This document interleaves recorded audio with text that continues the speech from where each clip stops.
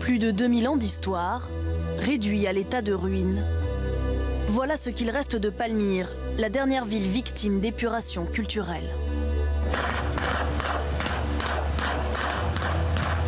Avant d'être chassée par l'armée syrienne, l'organisation État islamique dynamitait le temple de Bel, joyau de la cité antique. Ces colonnades de style gréco-romain dataient de l'an 32. Idem pour le temple de Balchamine du IIIe siècle avant Jésus-Christ. Il avait été érigé en hommage à un dieu phénicien qui apportait la pluie. Les djihadistes s'en prennent aussi aux non-religieux avec le théâtre et le château de Palmyre. Le but ?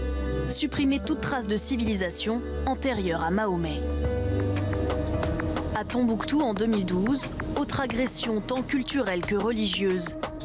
Cette brigade des mœurs, affiliée à Al-Qaïda, détruit 9 mausolées et la porte d'une mosquée classée au patrimoine mondial de l'humanité.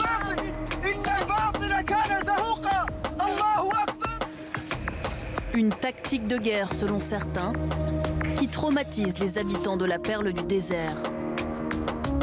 Le patrimoine en question porte la trace de la mémoire sociale, politique, intellectuelle d'un pays, d'une région, d'une ville qui est au centre des savoirs de toute l'Afrique au sud du Sahara.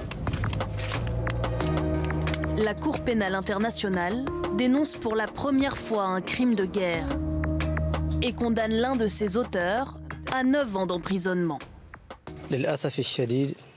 Votre honneur, j'ai le regret de dire que tout ce que vous avez dit est véridique et reflète les événements. Je plaide coupable.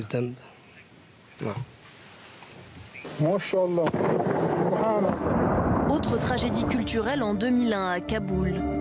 2 Bouddhas géants de Bamiyan sculptés dans la roche, détruits par le régime des talibans.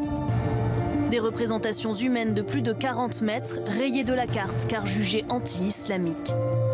Faut-il combler ce vide et reconstruire les Bouddhas? En Afghanistan, la question fait toujours débat. Reconstruire les Bouddhas compromettrait leur valeur archéologique, parce qu'ils ne seraient pas restaurés, mais reconstruits.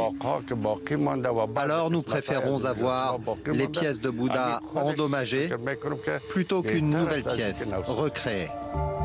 À défaut de recréer 1500 ans d'histoire, les autorités se contentent pour l'instant de consolider la falaise, pour que même sans ces Bouddhas, le site puisse continuer à traverser le temps.